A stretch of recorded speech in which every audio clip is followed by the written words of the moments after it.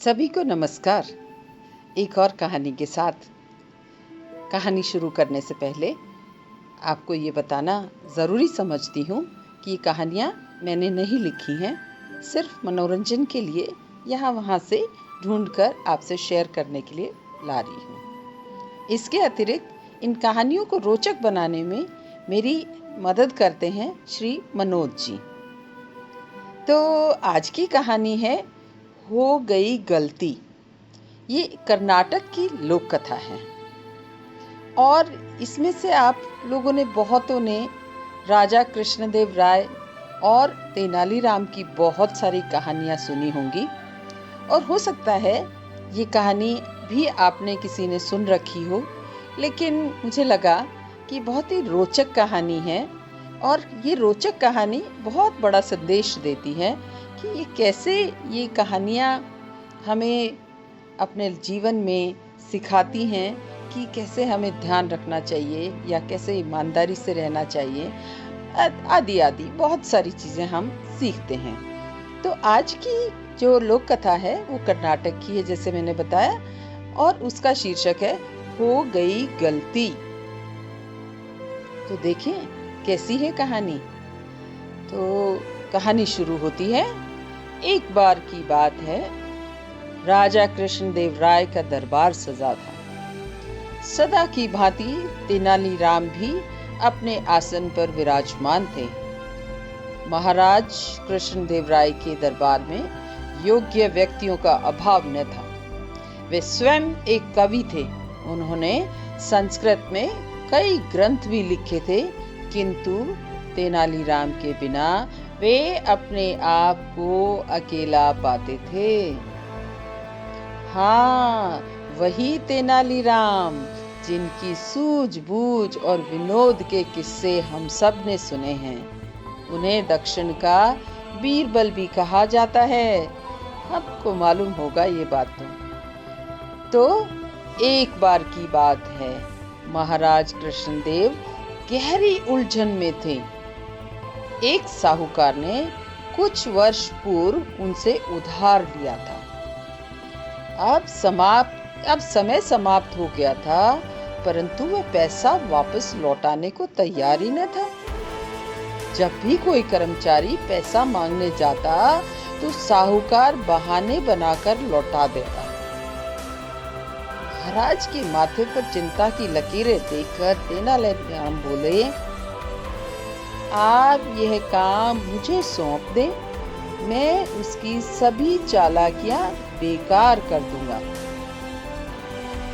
बस यह सुनने भर की देर थी। महाराज ने आप देखा ना ताव सारी जिम्मेवारी तेनालीराम के ऊपर डाल दी। पहले तेनालीराम ने अपने नौकर को साहूकार के घर भेजा। उसने बताया कि साहूकार ने घर में तो घुसने ही नहीं दिया। और एक बड़ी रोचक बात उसने बताई। उसने बताया कि उसके जैसे 20 व्यक्ति कमरे में खड़े हैं। तेनालीराम मन ही मन मुस्कुराए। अगले दिन वे स्वयं ही जा पहुंचे। सचमुच एक जैसे 20 साहूकार खड़े थे। किसी में भी राई या रत्ती भर का अंतर नहीं था। अब समस्या यह थी कि पैसा मांगा किससे जाए। तेनालीराम ने आवाज में मिठास घोलकर कहा, भाई वाह साहूकार, तुम्हारी हमशक्ल मूर्तियां देखकर तो आज मजा ही आ गया। मान गए तुम्हारी कलाकारी को, परंतु तुम एक गलती कर गए। साहूकार ने अपनी तारीफ सुनी तो मन ही मन फूला ना समाया, परंतु तेनालीराम तो तेनालीराम ही था। तेनालीराम की अधूरी बात ने उसे जिज्ञासा में भर दिया। वह मूर्तियों के बीच से निकलकर बोल पड़ा, कौन सी गलती कर दी मैंने?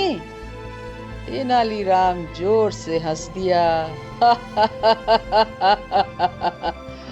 और कहा, बस यही गलती कर दी तुम बोल पड़े, और पकड़े गए। अब दरबार में चलो और अपना उधार चुकाओ।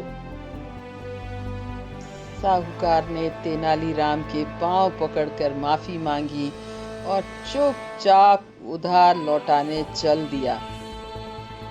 दरबार में तेनालीराम पहुंचे तो तालियों की गड़गड़ाहट के साथ इनाम भी तैयार था।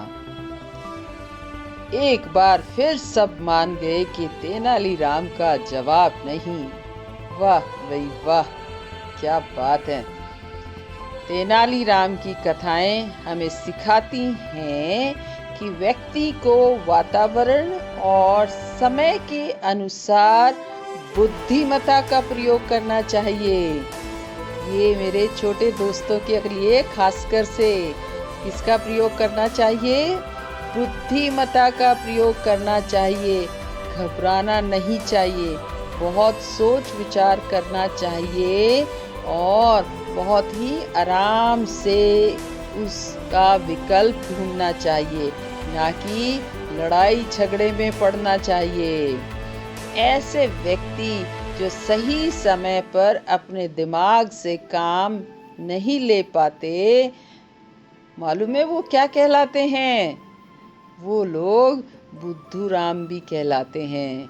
मुझे विश्वास है आप में से कोई भी बुद्धूराम नहीं है।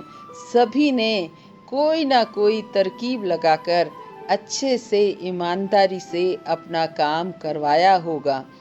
तो कैसी लगी कहानी बताइए, और आप जब मुझे बताते हैं कि कहानी कैसी लगी, मुझे बहुत अच्छा लगता है।